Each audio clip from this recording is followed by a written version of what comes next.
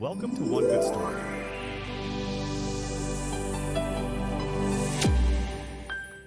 A place where ancient wisdom meets modern life. In a world full of noise, we believe one good story Can make a difference. Have you ever heard that snakes and eagles were once brothers? Not just metaphorically, I mean literally born of the same family. Wait, you're telling me snakes and eagles, those natural enemies we've seen fighting in nature documentaries, were once siblings? Yes. According to ancient Indian mythology, they were. This story goes back to the daughters of Daksha, Vinata and Kadru. One sister gave birth to the mighty eagles, and the other to the serpents. Whoa, that's already intense. So how did this cosmic family drama begin? Let's go back. Daksha, a great creator among the Prajapatis, had many daughters. Two of them, Vinata and Kadru, married the sage Kashyapa. Right, the same Kashyapa who's considered the father of many species and beings. Exactly. And one day, both sisters approached him with a desire to have children. Kashyapa, pleased, offered them a boon. Let me guess, they didn't wish for the same thing? Of course not. Kadru asked for 1,000 sons, strong and powerful.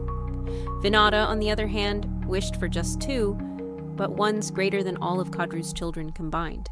That sounds like the setup for something huge. Did Kashyapa grant their wishes? He did.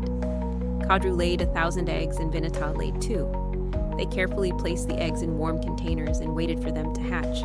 I can imagine that wait. Must have been forever. It lasted hundreds of years, and Kadru's patience was rewarded first.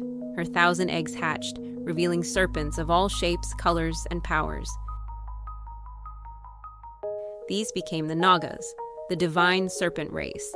Whoa. So this is the birth of the snake dynasty? Exactly. And when Vinata saw that her sister's children had hatched, she grew impatient. Oh no. Tell me she didn't do something reckless. She did. She broke one of her own eggs before it was ready. From it emerged Aruna, half-formed, glowing red like the early sun. Aruna. Wait, isn't he the charioteer of the sun god? Yes, Aruna would later become the driver of Surya's celestial chariot, but at that moment he was angry with his mother. For forcing his birth too soon? Yes. He said, "Mother, your impatience has cursed me with an incomplete body, but your next son, if you wait, will be born whole and he will be powerful beyond imagination." Wow, that's haunting. And kind of poetic. After that, Aruna rose into the sky, forever to ride ahead of the sun. Vinata, ashamed, waited, and finally her second egg hatched, giving birth to Garuda. The Eagle King? The one who becomes Vishnu's mount? Yes, majestic, radiant, with golden wings that could shake the heavens. Garuda wasn't just a bird, he was a force of divine will. So now we have snakes on one side and Garuda the eagle on the other. They started as cousins. But how did that love turn into lifelong enmity? Before we get there, there's something else. Something celestial that stirred the tension between the sisters even more. What was it? A divine horse named Uchchaishravas. Born from the churning of the ocean, he was white as moonlight and more radiant than anything seen before. Gods and demons alike marveled at him. One day, the sisters saw the horse passing through the sky and began to argue about a very specific detail: its tail color. You're kidding. That sounds petty. It does, doesn't it? Kadru claimed the horse had a black tail.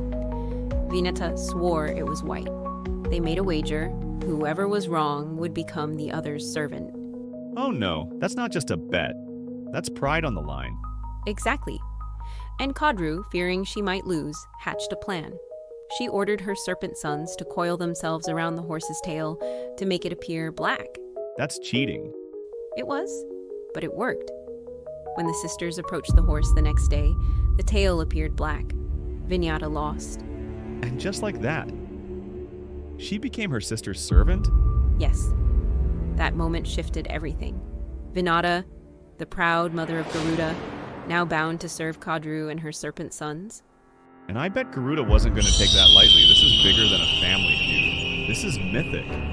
Now the stage is set, because in part 2, we'll uncover how Garuda took flight, not just to free his mother, but to challenge the gods themselves. Stay with us for part 2 of this tale, because in every myth, there's a truth that still echoes in us today.